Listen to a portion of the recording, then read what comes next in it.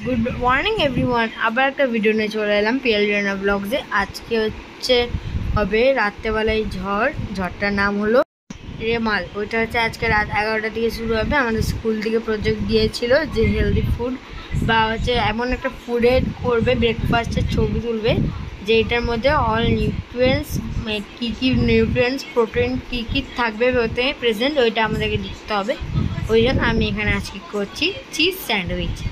তো চলো, আমি তো চিজ স্যান্ডউইচ অতটা করতে পারি না, নিজের মতো করে করবো। এখানে শসা গাজর আমি কেটে নিচ্ছি প্রথমে। আর এটা কিন্তু আমি নিজেই বানাচ্ছি। স্কুলে যতগুলো এরকম প্রজেক্ট থাকে সব কিন্তু আমি নিজেই রান্না করি আর নিজেই খাই। আমার সাইডে এখানে আমার পটল কাটছে আর ঝিঙা কাটছে, সব রকমের সবজি কাটছে। আমি এখানে ব্রেডটাকে সেঁকতে নিয়ে চলে গেলাম। দেখতে পাচ্ছেন এখানে আমি ব্রেডটাকে ঘি দিয়ে সেঁকেছি, কারণ কি বাটারটা তো ঘরে শেষ হয়ে গেছিলো, আমি ওটা খেয়াল ছিল না কালকে রাত্রে। ডিম নিয়ে নিয়েছিলাম, টমেটো নিয়ে নিয়েছিলাম, চিজ নিয়ে নিয়েছিলাম, আর এখানে আমি সস নিয়ে নিয়েছিলাম। এখানে পেঁয়াজ ছিল পিছনের দিকটায়, আর দিয়েছিল গাজর, শসা, আর লেবুটা কিন্তু এমনি রাখা ছিল, ওটা এমনি অন্য একটা কাজে লাগতো।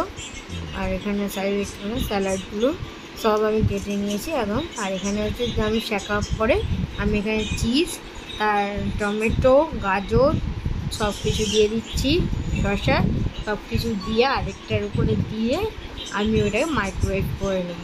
আর আমি এখন সাজাচ্ছিলাম, তার মধ্যে মা এখানে রান্না করছিল, পটল ভাজছিল সাইডে, আর ওইদিকে চা হচ্ছিলো, আর এদিকে আমি ডিম সিদ্ধ বসেছিলাম। ডিম সিদ্ধটা ওই জন্য হয়নি, ওই জন্য আমি কাজ করলাম না, যতক্ষণ ডিম সিদ্ধটা হয়নি ওই জন্য তারপর আমি মনে করবো ডিম সিদ্ধগুলো যদি আমি সিদ্ধ করে নিচ্ছি, একবার তো রান্না করা হয়ে গেছে, তারপরে যদি মাইক্রোওভেনে দিই। আমার তো অতটা আইডিয়া ছিল না যে কী হবে, কারণ মা একটু হেল্প করেনি, ওই জন্য নিজে দিয়ে করেছি।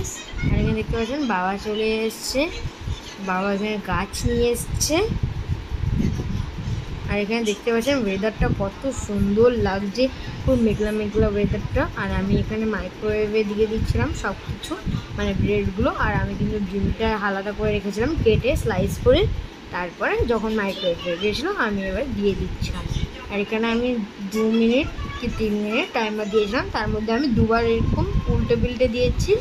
আর একবার আমি এখানে সস দিয়েছি একটু উপর থেকে, বনু বললো বলে।